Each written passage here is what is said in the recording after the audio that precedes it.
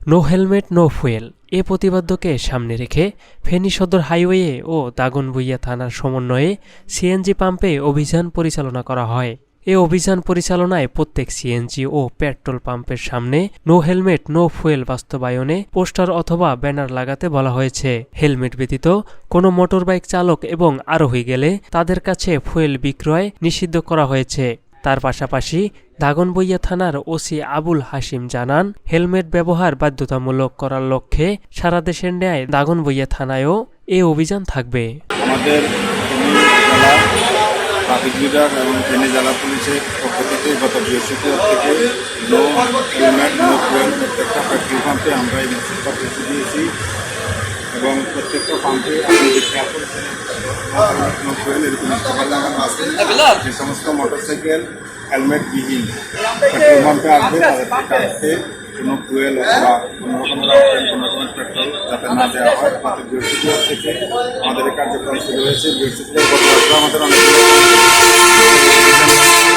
সমস্ত মোটরসাইকেল হেলমেটবিহীন চলাফেরা করে সড়ক পরিবহন আইন 2018 মতো ব্যবস্থা নিচ্ছি।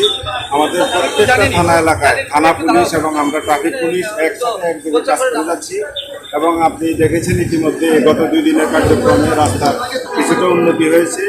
বিশেষ করে যারা আমাদের ইয়াং যুবক ভাইরা অনেকেই হেলমেট না পরে মোটরসাইকেল চালান, তারা এর সংখ্যাটা একটু কমে এসেছে দেখেছেন এবং এটা গ্র্যাজুয়ালি আমাদের এটা চলতেই থাকবে।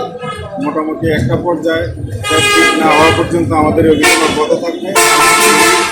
আমার অফিসার এবং আমরা সবাই এক কাজ করতেছি। আজকে আমরা দাগনভূঞা এলাকায় আমাদের এই কার্যক্রম চলছে এবং এটা এভাবেই চলতেই থাকবে। সবসময় আমরা কম্বাইন্ডলি কাজ করছি।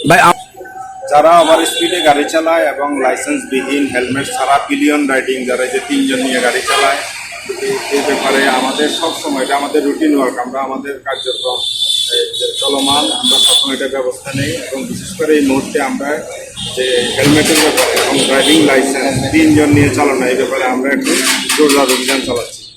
প্রত্যেক থানা পুলিশ এবং আমাদের ট্রাফিক পুলিশ আমরা সবাই একযোগে কাজ করছি। আমাদের মাননীয় পুলিশ সুপার মহোদয়ের নির্দেশে আমাদের PA প্রশাসন এবং আমাদের অন্যান্য অফিসার আমরা সবাই মাঠে আছি।